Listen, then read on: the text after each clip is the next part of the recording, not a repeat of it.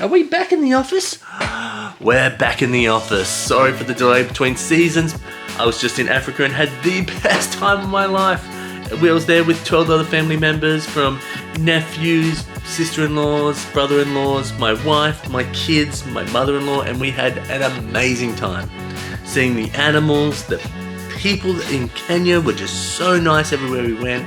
It was fantastic. Anyway, maybe I'll do a little episode of a little Drawn to Your Story, a little self-story, and maybe do an illustration based on that and talk about my trip. But anyway, here we are, Season 5, Episode 1, with Matthew Winner. He is one of the best voices in children's books podcasting there is, and I've been a fan of his for many years, back when I self-published my Adventurous Adventures of the Missing Sock books, and I'd go there for inspiration. Now, with this episode, my biggest takeaway is Matthew really wants everyone to feel seen, heard, and loved through literature. And as you go through the episode, you'll really see that come to life. It's right at the forefront, but you'll see how much he looks like he really, really means it. All right.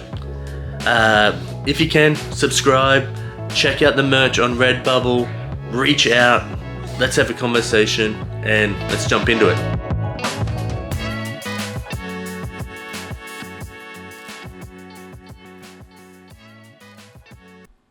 I've been all right. Been all right? Yeah, it's been a busy summer. Okay, yeah. Yeah. Well, we'll probably jump into that anyway, but what has made it so busy? Well, the school year ended in mid to late June. Yep. And then I did some curriculum writing, and the kids are between me and their mom's place, and so it's going away for this and coming back for that, and going to the pool and coming back, and it's a lot of just things that are busy. I have this will come out in the interview, but I tend to really find stability in routine and in schedules and rhythms. And so summers are hard for me because it's a lot of like, we'll just hang out. We'll just do whatever. I have a very, very hard time resting. Oh, so you and I literally might be the opposite, where I like a schedule and I'm like, oh, great. Okay. But that means, and don't get me wrong, I think schedules are actually a really good thing, especially for people like me who are kind of like, when I feel like it, when I'll get to it or whatever. But it's definitely like where I'm like, I've got to feel that vibe, or I've got to get this in instead, or I'll be distracted and be like, I'm going to get that over there. But yeah. This is our first summer separated. Oh. And in the school year, I got used to that rhythm of kids are with me Monday, Tuesday, then every other weekend. And I just had that in this summer. And this is not a criticism. I'm grateful to have my kids whenever I can. Yeah. But that schedule has shifted or changed as it's needed to. Or my co-parent is needing to run these errands. Can I be with the kids? Or I'm gonna vacation with them this time. So it's that where it's just a little bit of this isn't our normal rhythm, and I don't think it's. My kids are fine. I'm sure I'm giving them a lot of stability, but it's that feeling of. You're asking me a lot. Are you with me this weekend or with mom? And it makes me. I'm projecting onto that. Yeah. Oh, our schedule's changing a lot. Yeah. It's all right. Yeah. Well, it's your first summer. I'm sure you'll like iron out the kinks and then. Truly, I think every first that we're doing is just that. It's just the first, and then every time after that will be different. And my kids are safe and they're happy and they've got 2 loving homes, and that's great. Yeah. Well, that's awesome that you guys get to provide that for them. Thanks, man. We're doing the best we can. Would you like to jump into these questions? Let's go. Whatever you have, I'm ready for it. Okay, I'll do a little intro and then we'll jump into it. Here we are on Drawn to Your Story, and we're about to have Matthew Winner on here, and we're going to ask him 10 questions, and let's see what we come up with in a drawing. All right. Maddie, before we start asking questions, can I ask you a question? Of course you can. How long have you been Maddie? I've been Matthew my whole life. How long have you been Maddie? Far out. This is an interesting question. So I used to not like being called Maddie. when I was younger. I always wanted to be Matthew, but I'm also a Matthew with one T. So I'm really just Matthew. I'm not. I don't even have the in there. We were too poor to afford the T. Or you're just math. Yeah. Ew? I don't know. Yeah. That's probably it. That's more like it. So as we got older, there were so many Matthews in my small town. Yeah. And actually, most people where I'm from, they call me Matty Mitchell, and then they call me Matty Mitchell with like this tone. So it used to be that I worked in a skate shop, and they'd be like Matty Mitchell, and so I had this like little ringtone, and I would be like at a party, and someone might go, "Yo, Matty," and I'd be like, wouldn't even think about it, Matty Mitchell, and I'd be like, "Yo, who's calling me up?" You know what I mean? And so I still, to this day, I would love for any of my artwork or anything like that, if I could get to a point where I needed like a tail end sound or an intro sound that would be just like, I'd be like, do do do do, and I would like base it off that, and it would just like be this full circle of like to me and my friends, and I'd just be like so amped.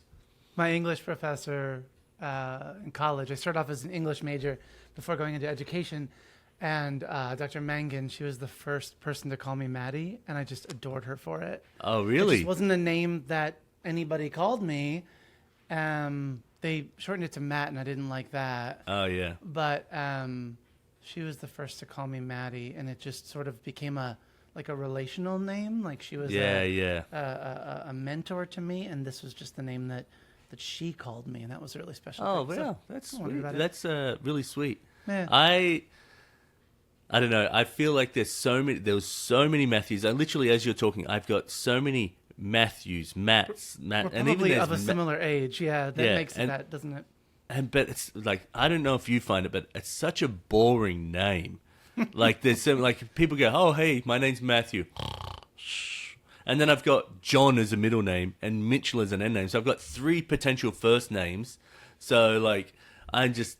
It's such a boring name where I'm like, and so when people started calling me Maddie a little bit older, and sort of had its own little ringtone, I was like, I felt more special with it. So sounds like a skater name, Maddie Mitchell. Sounds like a skater I am name. a skater. I mean, I grew up skating. Did you really? Oh yeah, totally, absolutely. Oh, awesome! I wasn't what anywhere era? near what my friends were doing. I was born in '81, and 81 so they were brothers. They were skating. Rollerblading made me feel a little more balanced and okay. Oh, no. But it was like growing up. But I put like those pieces on the blades so that you could get the middle 2 wheels shorter, so you could grind on it. We would wax so there was stuff like that. And then being in and out of like punk rock bands and stuff, it was just sort of a cool. Yeah, Maddie Mitchell. I didn't see many rollerbladers that were into punk rock bands. I mean, I don't know that I was a rollerblader. It was like, well, I could bike to school, or I could rollerblade to school, or I could whatever. But I needed to be out with my friends, and skating. Did you ever watch the movie? Afraid to break my leg. I don't know why I was afraid. I just was. Oh, yeah. So, 2 things on that. Did you ever see the movie Airborne? I think it had like Seth Green in it or something like that. Airborne. Not that I remember. So I had a little tiny rollerblade phase because of that movie. Oh, and I remember, okay. And I would go and like do like off these little curbs, and I think I'm being cool. And I had like, so maybe I had like size 9 feet, but I had like size 12 boots on. And so they were really bad ones. Those ones you get from like Target or something like that. Sure. Like, and I'm doing like jumps, and I'm thinking I'm being super cool. Literally, a friend comes up to me, this girl, and she goes, "Oh, I saw you rollerblading at the curb." And I was like, "Oh, yeah, cool." And I thought she was going to say, like, "That was a cool jump." She goes, "Were you okay?" Like, and I was like, "What do you mean?" And she goes, "Well, you weren't jumping, like, but you weren't moving your feet. I think the boots were just so heavy for me, I couldn't lift them up, but I thought I was doing big jumps." Yeah. So that was about like 13, 14. But back to the skateboarding, I always think you can tell a true skateboarder by if they like the slams. Like, not saying you like the slams, but there's a part of you that likes the slams. So that's how I sort of think. Like, if when I hear people, I skated and I fell a little bit, and I was like not into that, and I was like, you were never going to make it. No, I knew I was never going to make it. I knew that I was doing it to keep up with my friends, and I loved the feel of it. I loved being in that group a lot. Oh, yeah. Loved being in that group. But no, I have so much. I'm so pain averse, unfortunately. Oh, yeah. And again, all my friends, I would watch them do stuff, and I love watching it. I could be that, but I couldn't join them. Sorry. Yeah. Turned out okay. I think you're doing fine. You probably have better ankles and knees than I do, so you're doing great. All right. Let's jump into the first question. I feel like we could chat forever, so we'll jump in. Good stuff. Cybertruck, yay or nay? Cybertruck. Ooh, hard pass. Oh, hard pass. Hard pass. Oh. Are they around you? We got a bunch around here. A bunch around here. Whereabouts are you based? Outside of Baltimore. Oh, okay. I'm in Seattle. Okay. There's I have a Tesla, and I love the electric car. In fact, I can dog mode, leaving my car on in the winter where I can be warm. Oh, cool. Like I just love it all, and I don't have to feel guilty about it, right? Sure. The Cybertruck, I'm actually all for. I love stuff that's different. I'm drawn to stuff that is different.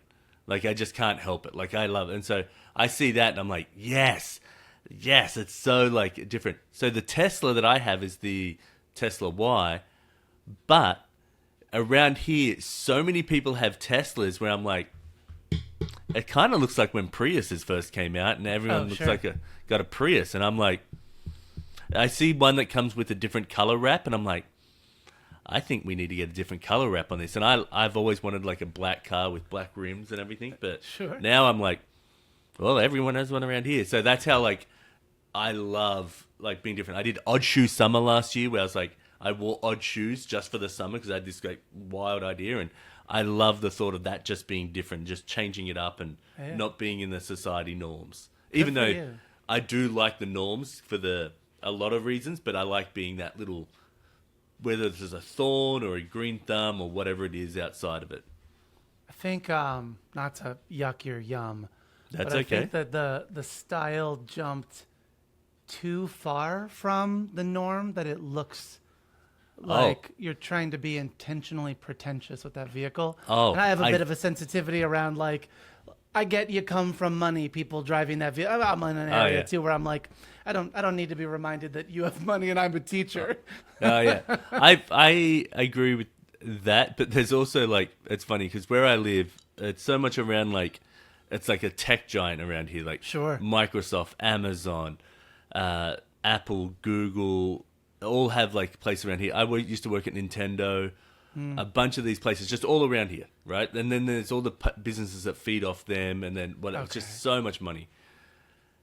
There's 2 Ferraris that drive to a public school and drop their kids off every morning. Wonderful. And I'm like, live your life. If you've saved up and you're live that life. Because I would be so much more bummed if that person had a Ferrari and they just sit it in their house and they just polish that thing. I'm like, get out there and at least if that's drive your thing, I spend all my money on comics and video games. So truly, if your thing is to get that, great, love it. Go for it. It's just not mine.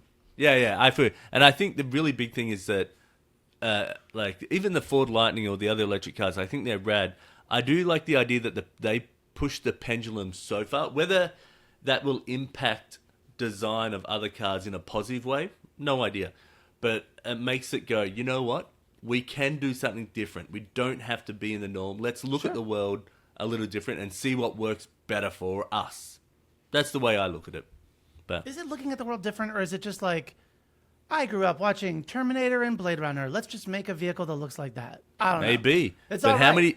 Listen, it's just I don't mind going there. No, let's think about that. But what about when Star Trek they had things that were very much like cell phones? Oh, I know, right?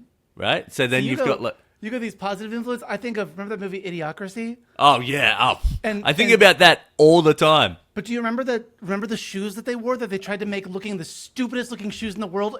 Crocs. And they were Crocs? I know. My kids wear them. My kids wear them. Maddie, I don't know what way we're going to land on this. If Cybertruck is going to be the stupidest thing in the future, or if we're all going to be yeah, that's what we're all driving. Yeah. It could be. I think that we're so far away from people adapting to that sort of thing. It's Yeah. like people are just like they love their normal things. Like everyone, I don't know. It's so far removed. I don't think you'll see as many around as you want, and then I think they will adjust back towards the norm different a little designs bit. will look a little bit backward. Yeah. I imagine, but who knows? I'm not Elon Musk. I don't care like if what the guy thinks or anything like that. I just like the fact that it's an electric car that it kind of looks different and fun. That's cool. But I like how love it's so divisive as well. I love too thinking like growing up drawing. As we all were, I was like drawing Ninja Turtle stuff and the Ninja Turtle blimp and all that. I think like, oh, I could draw that Cybertruck. Like, as an 8 or 9 or whatever year old, I could totally draw that. That's so I could do that. Yeah. So I like that. There was a funny quote. It was like there was a Cybertruck and like a some sort of other sedan next to each other, and it was saying it's like, oh, this is like the 2001 graphics for some video game, and I was like, oh yeah, that really does make that look like that. I was like, that's great. All right, what do you do to pay the bills? I'm a elementary school librarian. Oh, Pre-K fun. through 5th grade. I've been doing that for, almost 2 decades. I started off as a 4th grade teacher, and in the state of Maryland, we had to get our master's right away. Yeah. And the librarian at my school was just wonderful. The 4th grade team was collaborating with her all the time. And she said, hey, McDaniel College is doing their cohort again for this master's. You have to get your master's anyway. You should do this. It's technology. It's books. You should do it. And I haven't turned back. It's been a perfect job for me. Yeah. So I heard that a crazy statistic that there's more libraries. I'm Australian and an idiot, so like hardly get that word out. And then there are like McDonald's in the country. Like it's a lot more than what people think. So like around. I mean, it is. I think something that's hard to argue against is the statement that who had shared it to. I don't even remember what celebrity had shared it, but just that our library system in America is probably our greatest institution in America. The fact that Andrew Carnegie set up this system where anybody could access all of this knowledge for free. There are people that go to the library to get help on government documents, to apply for loans, to use high-speed internet where they might not have it, to have access to heat or air conditioning or food or different programs like that. They really are one of the best things we have going for us. Yeah, I agree. I don't actually use my library very much, but when I see it in town, when I drive by it and I see people going, I'm like, that's so rad. When I used to take my kids there a lot, like when they were younger, and I'd take them in there and I'd be like, oh, like pick out books. My wife still takes my daughter down to pick out books when I'm like at like work or whatever. Like she'll be, oh, take them down. She'll come back with a pile of books.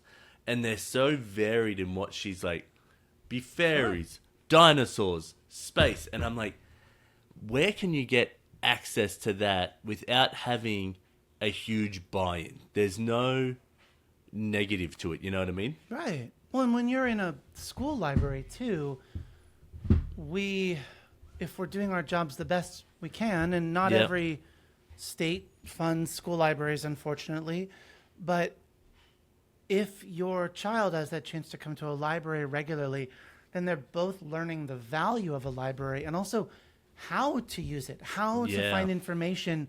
And often in libraries now, different from when we were growing up, in libraries now, we are the center of the school. We're the center of new technologies and integration in that way that we are helping those kids ask whatever questions and find how to find the answers. And then you graduate and you get to do that independently. Do you guys still use what's the Dewey Decimal System? Yeah. Yep. That always blew me away. Like I just had no idea. Even as a kid, I just knew where like the books were. Like if I've got to go to a history book and I'd just go, here, yep, no, I'm just look through all the books. Did you read the spines to find it? Yeah. So, but with what the question was sort of Does technology make that easier now? Like it's all like more done through like computers and stuff like that? Where Yeah, you can... I think that technology and this global database that we have of these books helps make recommendations even easier. Oh, you like this book? Here's another one. Here's one that's on your reading level. Here's one with, you like these. We use a website called Novel List, Novelist. A lot of public libraries use it, and we also use it in our county to help with purchasing. And Novelist does a really wonderful job. Novelist K8 is the elementary one. Does a wonderful job of saying, okay, you like this one book. Why do you like it? I like it because it has robots. I like that the main character is alone and has to fend for themselves. I like because it centers on bravery. We can sort through all books ever published to find a book on your reading level that also has a robot, that also deals with aloneness or survival or something like that, in a way that we just couldn't do that in libraries before. We still have the same organization system. So your fiction is here and your nonfiction is grouped by whatever the overarching categories are, but the meta tagging is so much richer now that I think if you understand how to use the public access catalog, it becomes, library organization hasn't changed, but the means with which we're able to tag things and find those resources has only gotten more and more complex, and that I think helps every reader find themselves in a book. I can't remember if this is correct, but at the we're in King County here, and I think with like audiobooks they have it where if it's checked out, it counts like as a book checked out, so like, oh, that audiobook will be available in like 2 weeks, and you can come and like get that audiobook then. Is that the same sort of thing that happens in your library system? Oh, that's here's a fun thing for anyone listening that doesn't know that this is. I literally had a friend ask me, it's an ebook. What do they mean when they have 3 copies of an ebook? And audiobooks work the same way, unless you're getting actual like CDs out of the library. But if you're getting the digital, it works that way with borrowing digital files as well, because publishers own the rights to these materials.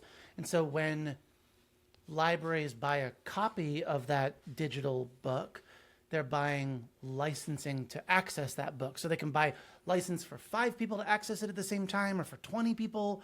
And they can buy that access for, depending on the publisher, for a certain number of circulations or for a certain number of years. And so that's also why they would automate that system, that even though it's digital, those files would be removed from whatever app you're using to Hoopla or whatever app you're using to access that, Libby, so that somebody else can access those files. It all comes down to licensing. I actually love that. I kind of wish there was more of that stuff in society a little bit. Like, oh, on Netflix, you can't watch it. There's already 1 million people watching it. Sorry. And then you got to like wait till like, okay, now you can jump in the slot. I don't know what it is, but it sense that like when you had to watch a show like every Friday night or something like that, and it'd be like, oh, scheduled. Yeah, you said like, well, it works perfect for you, like it'd be scheduled for you. But like it's sort of this sense of like urgency or need or want, where we just have access to so many things. Oh yeah, the value of waiting. Yeah, is something, isn't it, Maddie? Yeah. Who knows if in a decade or so this will change at all, but if we could have whatever movie you're looking for, whatever, I mean, because you could still rent DVDs from your public library, but if you could rent digital movies, Netflix owns the license for this period, or Hulu owns the license for this period, but if somehow there was a bigger system that you could queue up for, hey, I want to see the first season of Game of Thrones, but I don't want to pay for an HBO subscription or a Max subscription, but can I be on a wait list to watch the first 5 episodes? You could envision a world that publishers wouldn't lose money, but more people could gain access through a system of holds and waiting. We're just not there yet, but technology has just gone quite fast. It's hard, I think, for anybody to keep up with it. I think so as well. It's hard for us as just a society to be like, what do we really need? Oh, no, it's moved again. Like right now we're all about AI. Yeah. And so we're like, oh, dang, we're figuring out that stuff. We haven't even sorted out the stuff before, but all right, we got to go. We got to keep moving on this. So I think it's like moving faster than we can sort of like adjust to properly.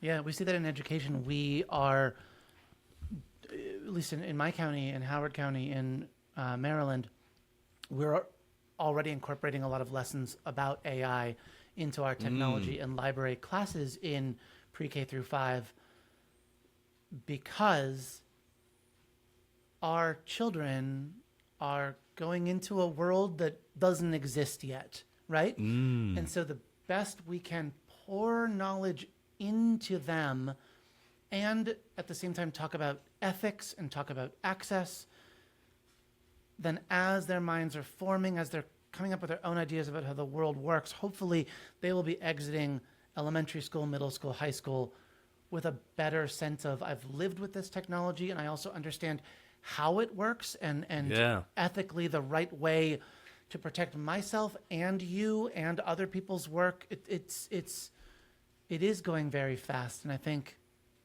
maybe I could say this just coming from my field. I can reassure you that there are people working with your children that are working to help make sure the generation that's going to inherit this world from us will know how to do that better than we know how to do it. Yeah. I hope so. Because some of the stuff where I'm like trying to keep up with, and then I'm like, oh my gosh, you kids, I don't know what you're gonna like. All I had to keep up with is when phones came out and I could start texting, and I was like, oh yeah, sweet. Oh, I work at a surf shop, and all I have to do is like scan something and put something in there, and I was like, okay, we learned that. It was all such low level stuff, and now it's like just to have a job, you've got to know Excel. You got to be able to work it on your phone. You got to be working on a computer. Like you got to be able to troubleshoot this stuff on the go. Like there's so many things, and then adding AI and all that stuff into it. Yes, I agree. Eddie, I hope I hate to be doom and gloom to a degree, but I hope that our kids are better able to manage boundaries with technology than we are, because all of us adults have put work email on our phone and we check it all the time, and we do. Even just from that, where is our boundary between when we're at work and when we're at rest? Let alone to talk about being on social all the time or whatever. I think even just that while we have access to all of the information, the fact that our jobs have access to us is a little alarming to me. I agree. I definitely struggled with that when been like, oh, I got an email, I got to answer that right now. It feels like it, doesn't it? Yeah. And then as I got sort of past it, I was sort of like 2 or 3 years at Nintendo, and I was kind of like, no, I'm not answering that right now. I'm hanging out with my child. I was going to say, it was my kids being born that made me feel like, you're not paying me to work. You know, teachers were 10-month employees, and we have summers off. We're not paid over the summer. Yeah. But the number of hours potentially you could do as a teacher during the school year almost makes up for those 2 months that we're not paid. Yeah. You really have to do your best to manage when you're able to turn things off. Yeah. I got a couple of friends that are school teachers, and they say the same sort of thing. Like, it doesn't stop for them at 3. Everyone's like, oh, it stops for us at 3. No, like, when do you think the tests get like checked, or the work gets checked, or that sort of stuff? So, well, not just grading. I think about my students constantly. Yeah. I think about them. I worry about them. I care about them. Yeah. So to also take home grading is just a lot. Yeah. It is a lot. To be worrying about 500 children. Yeah, like, great, I got 2 of them. I got 502 children every year. Oh, yeah. So you also have a podcast as well? Oh, yeah, for 11 years. 11 years. A podcast. The Children's Book Podcast has run for 11 years. Can I tell you the whys and hows? No way. No. Can you give us information on this podcast? Yeah, of course. Here's the whys and hows. Why did I start this podcast was that in 2013, I got recognized nationally from Library Journal, our big publication, as being a mover and shaker for the work I was doing with bringing video games into the classroom. To support math instruction and engage children and look at gamification in the education setting. Yep. And when I was at a library conference in Chicago, a friend of mine said, well, what's next? And I said, well, I listen to podcasts all the time. But there's not any podcasts for children's books, and I really like. I'm a librarian. Yeah. That I kind of feel like I wish there was something, even just that I could listen to vet. Who are we inviting into our schools to speak to our kids? We don't know these people. I know. I like the books that you wrote, but I don't know how you are in front of children. Yeah. And so I started the children's book podcast. My friend Travis literally said, well, when are you going to start? And so I did then in 2013. And it started off, the very first couple episodes was sort of building that interpersonal relationship with the author, going, I know your work, but I kind of want to get to know who you are. Mm-hmm. But then over time, it turned into, I am such a fan of the medium, the art medium of the picture book and of the novel, of the graphic novel, of the novel in verse, that it became sort of a master class for me to be listening to all of these authors and illustrators talk about how they make their thing. Yeah. And then I guess the audience got to be fly on the wall in the show. The show went through a couple changes when I was hired to run a podcast company with a company called Kids Co. I ran their 13 podcasts. I was the head of podcasts there. And so I put the show on hold, and then I changed the show into something where we were talking about current events and how I talk to my students about current events. So I called the show Worth Noting. It's still on the exact same children's book podcast feed. You could go back and find it.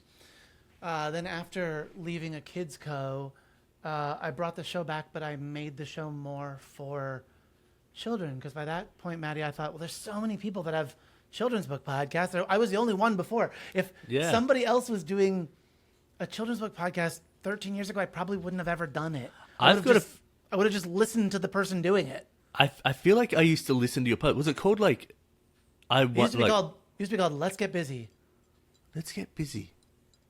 Because I had a blog called The Busy Librarian. So it was like, let's get busy. Let's just call it that. Okay. And then a friend and I formed a sort of a children's book collective, and we renamed the podcast after that and called it All the Wonders. Children's book podcast. Yes. Okay. Yes. So you were like second iteration, and then after All the Wonders closed, paused, hiatus after Trump was elected. I remember that was the time where we were all sort of feeling down. Off. I then just let go of the All the Wonders moniker and just stayed the children's book podcast. Yeah. So I used to listen to you guys quite a lot because I self-published 2 children's books. Okay. The Adventurous Adventures of the Missing Sock. The first one's a dud. The second one I think is really fun. But then, so I just listened to it and been like, oh man, how can I do this? How can I get it? I illustrate a whole bunch and everything like that, but I was also like, I want to write. I've always got these like crazy stories going on in my brain, so I wanted to write these stories and stuff. But it's so hard to break into the industry, to chip in, very hard. And so I would listen to your podcast and be like, because I think you had Ryan T. Higgins on there or something like that. Absolutely. And I was just like, probably for both Mother Bruce and then later for. We Don't Need Our Classmates with Rex, a bunch. Yeah. A couple times. I think it was like it had to be around 2013 or 14. I think I remember you guys transitioning outside of that as well. Sure. But it was definitely I think it might have been Mother Bruce or something because my kids loved it and I was like this book and the illustrations in that and his ink work in that and I'm like, he's fantastic. Dang, his line work's gorgeous. Yeah. Oh, it's so good. And so I remember that, but. I dropped off it for a while, and then when I saw your name, and then I saw the podcast, and I started following you guys and on Instagram. I was like, this just sounds so familiar, but it wasn't until literally I called it something different. I made it look different. Yeah, there's a lot of things that changed. Yeah, and so it just dawned on me, and I was like, oh dang, it all sort of saying, yeah, that's amazing. Cool to know that you were listening back when you were just starting to make stuff. That's cool, Maddie. I'm flattered. Well, yeah, I was trying to I've been always making stuff, but it was and I've written children's books before, But I had no idea. I was just like, oh, I'm going to write a children's book, and I illustrated these ones out. And I did one like how I imagined my way to Mars, even, and it has one where it's like the picture of the kid flying to Mars, and then the next page is how he's imagining he's away. So it's all the stuff that he's made, and it's like it's almost like you flip it over, and it's like kind of like the reveal of like what it is anyway. But I've done all this, but I just never pushed it. And then I was like, it wasn't until I was like, okay, no, I'm going to give it a shot and give it a push. But that push is really fucking hard. I write children's books as well, and gone through different life things. So I've had times of really writing regularly and writing more widely, and now times now with life things where I'm sort of pulled back, knowing that it'll always be there. But I have a book series that I co-authored that went all the way up to acquisition and just got a pass at the table. So I thought, well, that's about as close as you can make it. And so it'll happen one day, but it's hard. So it's very hard. Even with your podcast and everything that you have going on. Well, I don't know if that has anything to do with it, but maybe it does. Really? Sure. I don't know. So how long ago was that? Because I feel like half the time, like they would look at your, like how much do they like your art, but also how much can your followers like buy some of these books? You know what I mean? It probably has something to do with it, but it's also a time when graphic novels are really starting to swell. Yeah. A lot of purchases of graphic novels. So to be a graphic novel series is, I think, probably a time when I assume we're going to sort of level out with graphic novels. I think it's a fantastic format for storytelling, but I think we've sort of got a bit flooded on it right now that it needs. Wonderful that we have so many voices writing comics, but we've probably got a lot of people entering into that space right now. So it's okay. It's competitive. For me, it's I love traditional publishing because I love the thought of having this team behind you. I've interviewed art directors, and I've interviewed agents, and I've interviewed editors, and I've interviewed these different people that make me feel like, gosh, to have a team behind me and not be out of pocket. So for me, that's, I think the way that if I can't go that way, I'm okay with going. I went all the way to acquisition. That's pretty good. Yeah. I self-published because I didn't like. I was like, mind you, at that time I didn't really try to get a publisher or anything. I was like, oh, I'm never gonna get one, so I'm not gonna try. And so I self-published 2 books, and I was like, I'm gonna do. I did through Amazon. What's it called now? ADP, Direct Publishing or whatever. Yes. Okay. Yeah. So I did it through there, and they're still up now, but I think I sold something like 400 copies, but I also gave away like 400 copies. Okay. So to like friends, family, to like events, and be like, hey. So it became a wash, but it was such hard work after the fact that even by the time someone read the first book, they're like, great, when's the next one coming out? And I'm like, the next one? I spent the last 3 months working on this one outside of work. Like, give me a breath in this, you know what I mean? So, but well, that you did it, but it's a lot. Yeah, it's not. Also, the different hats that you're wearing, right? Because it's not. I mean, sort of what I was saying at the beginning of the podcast. It's not just that you write children's books or you illustrate children's books, but also that you're going to market yourself, that you're going to present in front of people. These are so many different skill sets. There are people that are fantastic at marketing themselves, but when I see their book, I'm like, well, I don't really like your book though, or I don't feel like you're talking to children. It's so much, Maddie. There's so many different things that have to go right.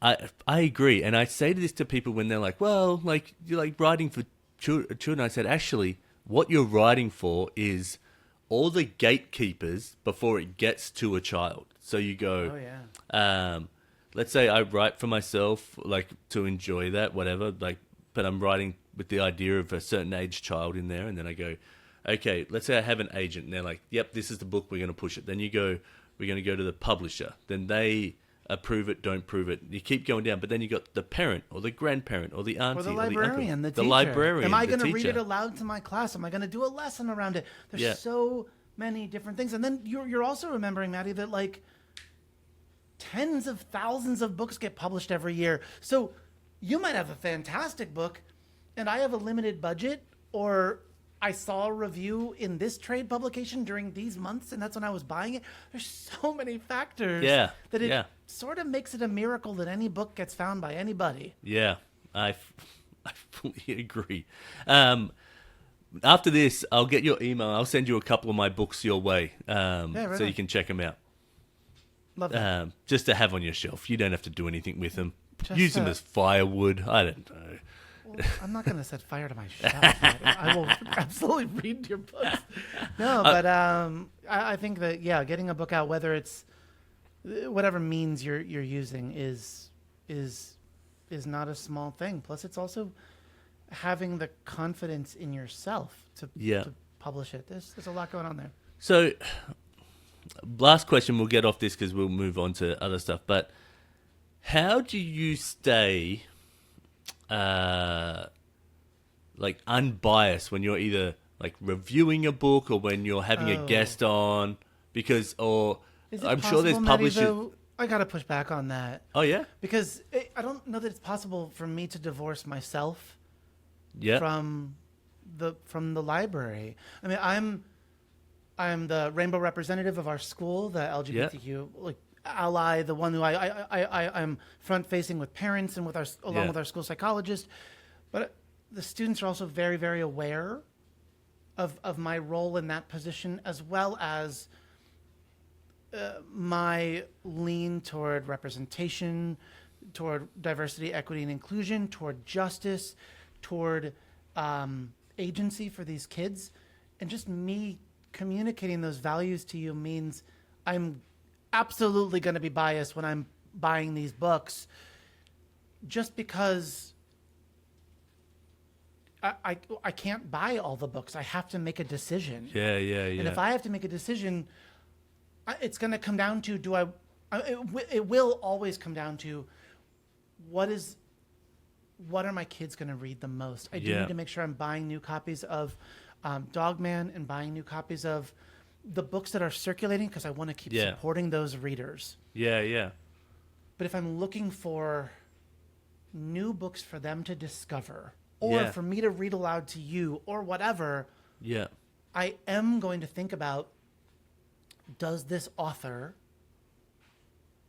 share a story or live a life that one of my students is going to see themselves in that they might not have had the chance to before. And that's going to influence my purchasing, because it matters deeply to me that my students see themselves in my library collection without me being there. I need them to just be able to walk in and feel like, this is my collection. I am of value because there's characters and families and experiences on this bookshelf that reflect my family or my religious beliefs or my food that we eat or any of those things. Ethnicity or whatever. Absolutely. And so in that way, I don't know if I could be unbiased in selecting stuff, because I think if I do that, you run the risk of, okay, so I did a fun fact. Here, we're gonna get into it. All right, I'm all for it. So I have done diversity audits of my library collection and of the podcast before. Yep. Just to see. I know where my values lie. I think I know where my values lie. Yep. But if someone who doesn't know me was just looking at my guest list on the podcast or my library shelf or my whatever, what would that say about me? Would it say, well, I mostly like white guys. So I mostly like talking to cisgender funny people. I don't know. But without doing that audit, I didn't know, or I wouldn't know, what my collection or what my podcast, my work was saying about me. And no matter what I tell you about my values, if you go look at my bookshelf and you're like, I hear him say this, but also these books are in his collection, or it looks like this, or if I'm doing random book pulls, this is what I get. That's what I'm saying. I can't just buy books. What I was leading to was that I have done then diversity audits of both our Scholastic Book Fair and of school library, of the starred reviews from Booklist, from School Library Journal, from LMC, these different magazines. And they're getting better now, but in the past 10 years, there was a problem that if you were just, if we have a limited budget and I have to have positive reviews for me to buy the book for our library collection, so that if it gets challenged, we have a professional review to go up against, right? Yep. But if I was only on my limited budget buying starred review books, as it turns out, I'd be mostly buying books at the time by white authors. And that's not necessarily bad unless you feel that value that I do of, but what if my kids that are looking toward the future and I want to be an author, but is this a space for me? No, it doesn't look like it's a place that has value for me or holds space for me, or the person reading the books to me doesn't seem to value me in this place. Those unconscious biases are something that I think I'm regularly trying to shine a light on so that I can do better. It's that Maya Angelou, we do the best we can until we know better, then when we know better, we do better. And so I don't know that I would trust someone who said they were unbiased in selecting books. I fully agree with that. You can also see how that could go the wrong way. You know what I mean? So like, So it's... I can see. I mean, I can give a counterexample, even just to say too that I've had folks that have been, because of this platform, I'm accessible and visible to a much larger audience than just my school, right? Yeah, I get it. And I don't mind that. I appreciate that responsibility. I take it seriously. But I've had colleagues in schools that are predominantly white say, well, what does it matter if we don't have books that represent these other families and cultures? Because my kids look like this.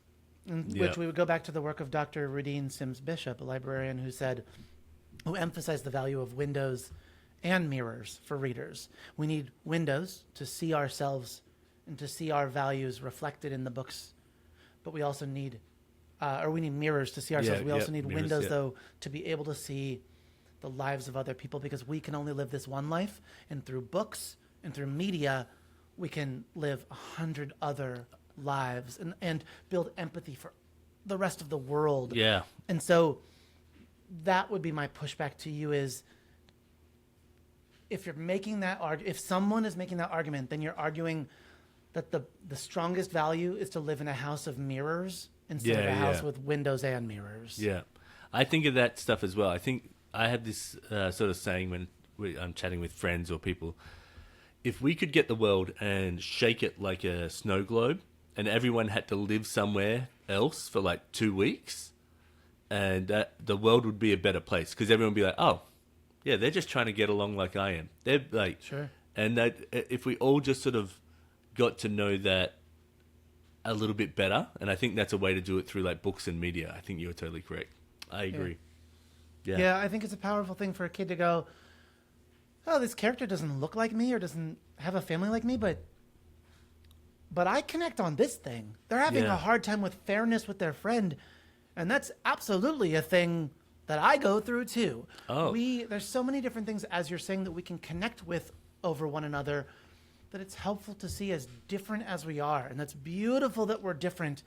We are so much alike, but also those differences are what drive so much of our decisions, and being able to understand people coming from different circumstances from ours helps us, again, build empathy. Yep. I couldn't agree more. All right. I'll get on to the next one. Which fictional character is your favorite? Oh, goodness, it changes a lot, doesn't it? Yeah. What fictional character is my favorite? I don't know. Let's go with Grover. Because as you're asking that question, I can't not think of there's a monster at the end of this book. It was one of my favorite books as a child. And then I'm like, well, that's a television character. But also, Grover was in a book for me. I think that... You're not asking this, but I feel like the value of fictional characters is that we project ourselves onto them. Oh, and I have is that not what I would have done with Grover? We were talking before about skateboarding. Yeah. How afraid is Grover of doing these things and whatever? And that's okay. He also, my memory of Grover on Sesame Street was of him interviewing children and hugging them and loving on them. And yeah. He was always like I feel like he would always make mistakes, but always be like, have a positive attitude about it. Like when Super Grover would crash into a wall or that he wasn't meant to, and he'd be like, oh, Super Grover can do this, like kind of thing. Confidence, but not a fool. Getting up and brushing yourself off and doing the thing. It was silly. Of course it was silly, but not foolishness. Yeah. Just confidence enough to fail. So, when I was a kid and with the Ninja Turtles, I would always loved Raphael, like because he just was angry. He just wanted to. I just loved him. I just loved that he was like took no shit, just tried to like fight through. Yeah. As I got older, when I was a kid, I got given a gift as a Ninja Turtle toy, and it was a Donatello. Let's go. That's the one. Come on, you can tell I'm Donatello through and through.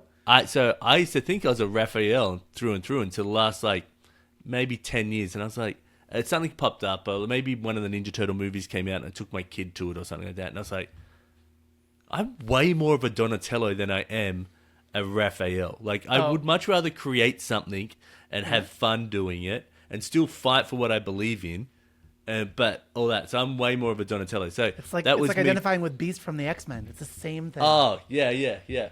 But Maddie, I'll give you a connection to that. Just here's a little glimpse behind the curtain. Whenever I post, this is from when I was working at a Kids Co, and I've just maintained it. Whenever I post transcripts for my podcast, whenever I run transcripts through Descript, I color code the speakers, and mine is always purple. And my guest is always green. And then whenever I have additional people after that, I go in the order of my favorite Ninja Turtles. So it goes orange, yellow, to red, to blue. So always, if you ever look at my transcripts, if I have like a big group of people talking, you could see the colors of the Ninja Turtles through my transcripts. Do you know what's funny is I'd always, like, if someone was, I'm a Leonardo, I'd be like, really? You're in Leonardo? Like that, even though like he's the leader and trying to be the good, I'd be like, come on. No. Nope, don't like it. You're such a Cyclops. I don't like that. Yes.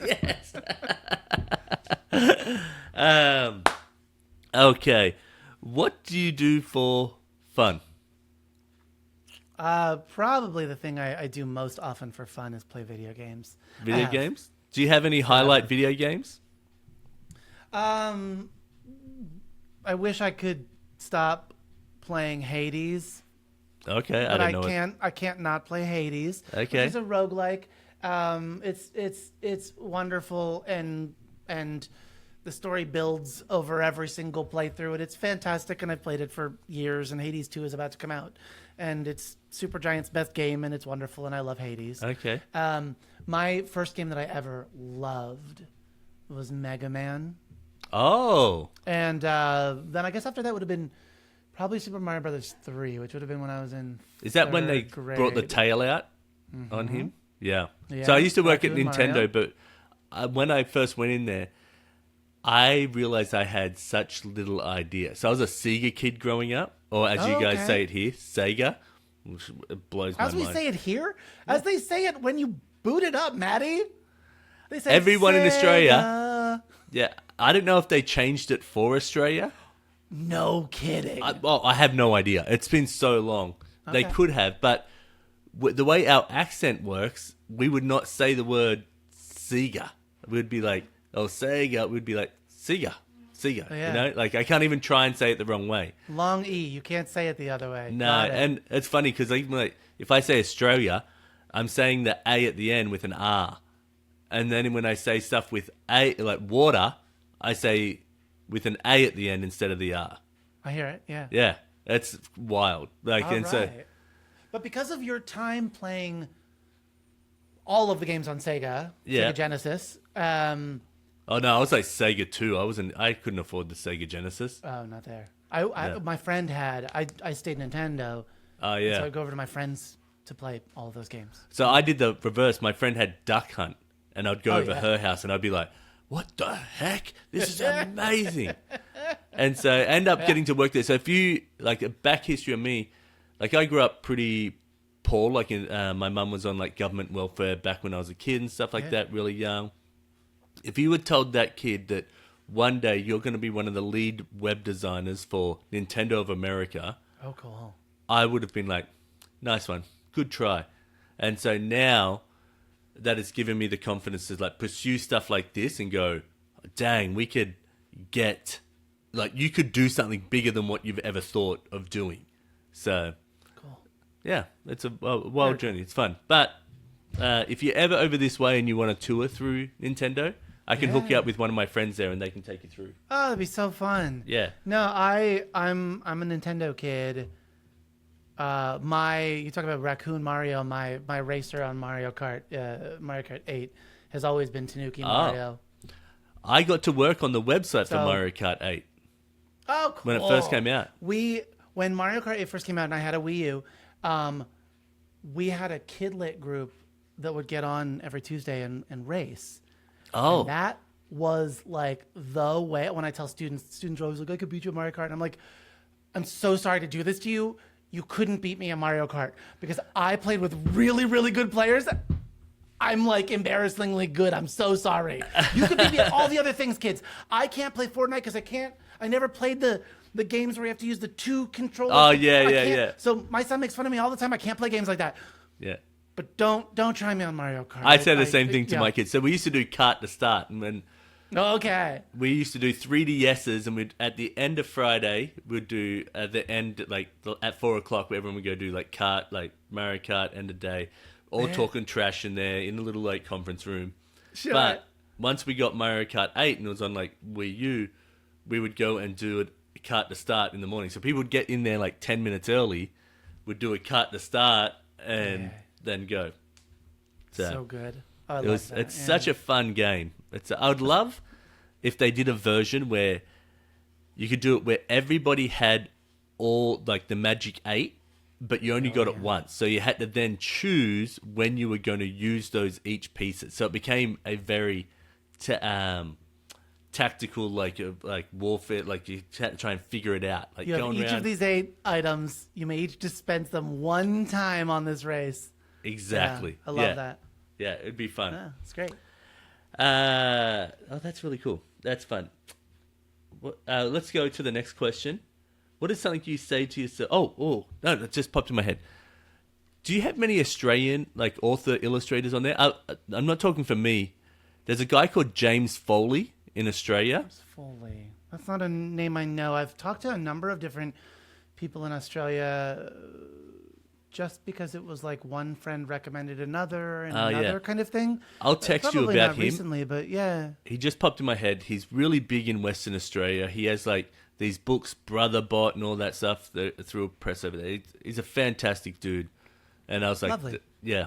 Anyway, just popped in my head as we were talking a second ago. And I was like, No, I'm every gonna once in a figure while I'll get feedback about how America centric my show is, and I'm like, well, I mean, I live in America, so the publishers those are the books the publishers are sending me. I don't have a bias against anybody from anywhere else in the world. I'd love to read. I read a lot of translated books, but no, that's wonderful. There's also this lovely. She's got such a great style, Kelly Canby. So Kelly Canby is a name I know. Oh yeah, okay. So she wrote like Spot, Timeless, and stuff like that. Cool. Fantastic. Her personality is she's a fucking gem. She's just amazing, amazing. It's terrific. Yeah. So anyway, I'll text you those two, and then that way you can tee them up or not tee them up. But they're just such wonderful people, and I know them, and they in classrooms and that, and I think Kelly runs the like Squibby section over at on Western Australia, and I think James Foley are part of it. The group over in Western Australia for Squibby is super tight, but they're so nice. Like I moved back to Australia for like 3 years, 2018, 20, and once you get in that group, they're so inviting. They're so like, oh hey, have you tried this? Let's meet together. Let's do that, and like just wonderful people. And if you're willing to put in more time and effort, like they're even better. You know what I mean? So I'm trying to look up. There was a children's book podcast out of Australia that I thought was called Reading with a Chance of Tacos. Different. It's okay. Whatever it was years ago, but I can picture their logo. I'll have to find it. Yeah, but it was through a connection with them over social that a lot of author exchanges was happening. Yeah. Anyway. Cool. All right. I'll shoot you these two when we're done. There's many more, but just those two at the top of my head, just Brad legends and Bryony Stewart and stuff like that. Anyway. Yeah. What do you say to yourself to lift yourself up? Oh gosh, do I say anything, Maddie? I am terribly, terribly hard on myself. You and me both. I'm super hard. I have a very hard time getting out of my own head, but I will say this. Two lines that come to mind, I'll credit as an author illustrator in America. Yep. Named Steve Light. Okay. Steve Light has incredible line work. Maddie, you would love Steve Light. Okay. And every time he's ever been on the podcast, he and I talk about, or he talks about, and I lean in about nibs of fountain pens. Oh. He hand draws with it. He has like custom nibs, and I'm so interested in it. And he wrote one of my favorite books he ever wrote is called "Have You Seen My Dragon?" And it's a sort of a look and find book, but it has different, in this case, shapes that you're looking for, or locations, or "Have You Seen My Dragon?" is counting through the city of New York. So there's one of these, two of these, three of those, but all of the line work that he has, and then he uses like watercolor to just highlight whatever we're counting. One of these, two of these, they're red, three of these are green, but it's just gorgeous. I don't have it behind me. It's in my library. Gorgeous, gorgeous line work. Anyway, Steve said to me, this was at the time of All the Wonders, to bring it back. I could picture when it was happening. We did All the Wonders of Swap, a book that he wrote about. Do you know, have you heard of the concept of I forget what they call it though, where you swap items and you go from having like a button to a couple paper clips to having this bigger and bigger and bigger and bigger, and until ultimately you swapped a button for like an entire ship? Oh, no. There's a concept, there's a term for that. I can't think of what it's called though. There's a middle grade novel about that too, that Kekla Magoon wrote, that's fantastic. I just can't access it in my brain right now. Anyway, Steve Light, around that time of All the Wonders and us featuring Swap, said to me, you have to run your own race. Yeah. And I thought that was a beautiful line. It's a line that I have in my head an awful lot alongside the line that I don't know who is credited for saying this. Comparison is the thief of joy. Oh, yeah. I hear that Maddie, one quite a bit. Yeah, I have a lot of joy thieving in my life, unfortunately. I let a lot of things take my joy. Yeah. And I recognize that. I'm like, oh, there's a joy thief right now happening. Yeah. But that accompanies my anxiety, that accompanies my insecurities. It's okay. I'm able to name it, and I think that's really helpful. Yeah. But running my own race that Steve Light had given me, that's a really great line. That's probably the one I would go to. I like that as well. I usually just say to myself, let's go, motherfucker. You got this. That's usually when I'm working out. I wish I could hype myself, truly. I wish I could access a mantra that would break through the walls I put up in my own head. Yeah, I feel you on that. What is a kind act someone has done for you that sticks with you to this day?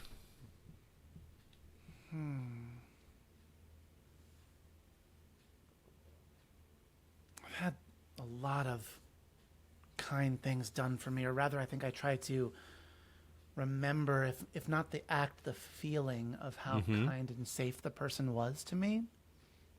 I think that the one that's coming to my mind right now, probably because I evoked her name earlier, was Dr. Mangan, my English professor in college. She cared for me in a way I didn't know I needed to be cared for at a time when my mom was in the hospital a lot, dealing with chronic illness. Oh. I think that I didn't know how much it was affecting me, and Dr. Mangan gave me an incredible amount of love and grace and checking in. I can remember her checking in on me and just thinking, I wonder why she's checking in on me. But I also remember how nice it felt. Yeah. So I think that kindness at that time probably influenced how I show up for my kids and for my students. Wow. Probably. There's a lot Have there. you ever told her that? Or I don't know if she's passed away or not, but like... I haven't followed up with her since college. No. That'd be probably interesting ought to sort of say, like, yeah. hey, that kind act, like, influences what I do for kids now.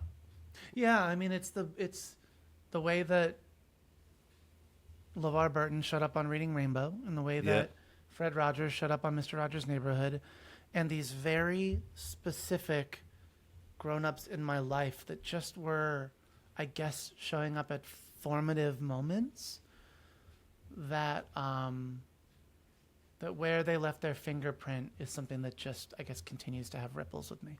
Yeah. It's amazing. Who is someone alive you would like to meet?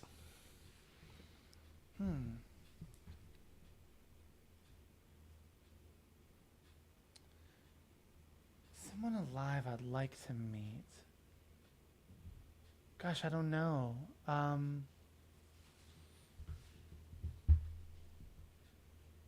This is going to be... I'm so sorry, Maddie. I'm taking this so abstractly. No, The that's person fine. is alive, but not in the way that you're asking it. But I'm going to just lean into it because our conversation has sort of primed this in me. I wish that I could meet my childhood self. Oh. I wish that I know that through the work of therapy, we do reach back to our childhood selves, and all of us, I think, really are just responding to our childhood selves forever. Yeah. But I think that I'm gonna cry. I think that I'd love to meet my childhood self and let him know that it's okay. Do you know what? It's okay. I feel the same way. Like that. Hello, are you home? Sorry, that's my son. Calling me on my watch. It is one of those things where I grew up in a pretty dysfunctional home, and sometimes after the fact there's like a bit of anger or there's a bit of fight or flight in that, and where I could go, you know what? It's okay. You're going to get through this. You're going to come out on the other side. It's going to be good. And even now, sort of saying that to myself now and being like, it's okay. The world's not going to fall apart right now because of this decision of your kid not giving manners at the right time or whatever it is, you know? I think for me, it would be reaching back and saying that sensitivity that you have. I'm a highly sensitive kid and an adult, and just sort of saying, like, it's okay. Yeah. It's okay that you are. Because I think that a lot of insecurity has been reinforced through some other relationships that I prefer not to remember, but just as you have those formative relationships, you also have these others that are formative for the other swing of the pendulum. So yeah, I fully agree. Okay, when's the last time you rode a bike? Last summer.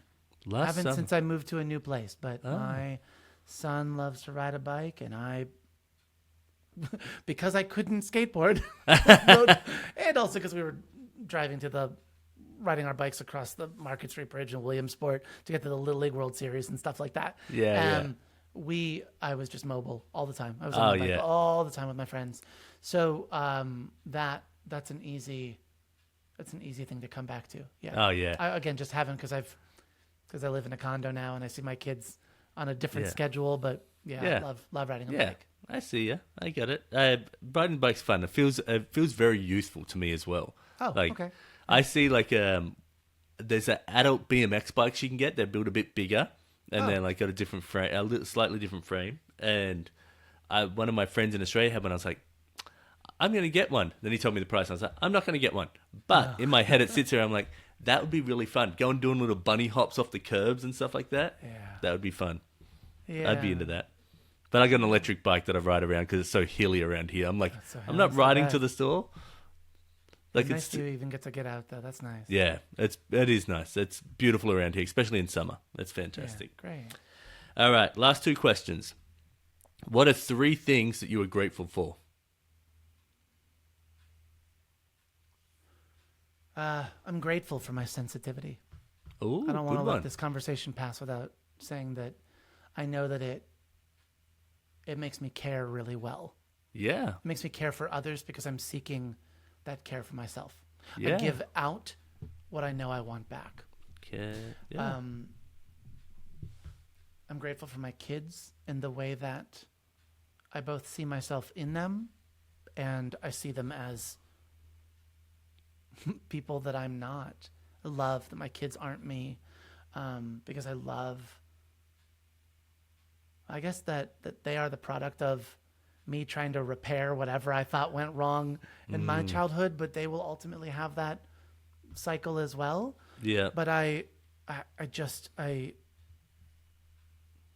just fantastic. And Yeah. I love them and I sometimes miss them even when they're with me. Yeah. I feel when my kid goes to their room and I just want to be by myself sometimes, I'm like, really? We can just hang out. Let's hang out. They're like, no, I just want to be on. I'm like, fair enough. Like, yeah, I feel you on that. Yeah. And what else am I grateful for? I'm always grateful for the rain. The rain? The rain, always. Yeah. Like, I know Today we need the rain. Oh, no, but it's all of it. It's the feel of the wet air. It's the sound. It's the way that things look when they reflect off of surfaces. There's so much. I can't. Yeah. There's so much about the rain and the 100 different ways that rain can show up that I just love. I love the sound of rain on a tin roof. Like, oh yeah, I grew up. My grandmother had like a wavy roof. That was plastic, corrugated iron. But also made just the most fantastic and loudest sound ever. That I love that. There's a lot of tin roofs in Australia, so you'd go to, like some houses I lived in, you'd have a tin roof and it'd be like ding ding ding ding ding, and you're like, you can just hear it, like you're part of it. Kind of thing. Yeah, we camped a lot growing up, so I think for me, the rain also meant like it wasn't going to be so swelteringly hot. Oh, okay. That to me just meant I had muddy feet when I was going to sleep. Maybe we did tent camping as well as like camper camping, pop-up camper camping. It's a little bit of both. Yeah. Because we would drive everywhere. We would drive into Canada, or we would drive down to Florida. There would be times when it was really, really hot. So that rain, I bet. The rain helped. Yeah, if you're in Florida, like when you're in Hawaii or something like that, or even top of Australia, and it's like a summer, like humid rain, and you're like, oh, it's going to be dry in like 20 minutes. So that we're fine with that. You know what I mean? That stuff's good. I like that. Yeah. All right. Last question, and then I can let you get back to hanging out with your kids. Love it. You have to wear a shirt with a slogan on it for a year. What does it say?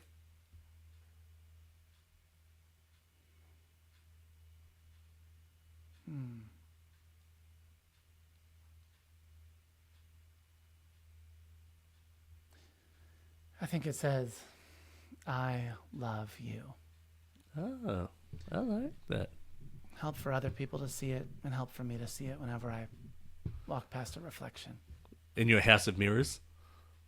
No, I'm not living in a house of mirrors. I know. I was just being a smart ass. No, but it would help me to see it myself too. Yeah. Yeah. Oh. Well, Matt, thank you so much for... Oh, Matthew, sorry. Sorry, my bad. Thanks, Maddie. It's self-loathing there of saying the Matt, you know? Thank you so much for coming on here. This has been fantastic. I've loved the ride that we've been on. I will have an illustration out to you in a couple of weeks, and the podcast will be up then, and hopefully I do you justice with the illustration that I create. Maddie, this was wonderful spending time with you. Yeah, it's been Thanks for awesome. showing up Thank the you. way I you got did. like my cheeks are sore from like smiling and enjoying myself. I appreciate the connection a lot. Yeah, thank you very much.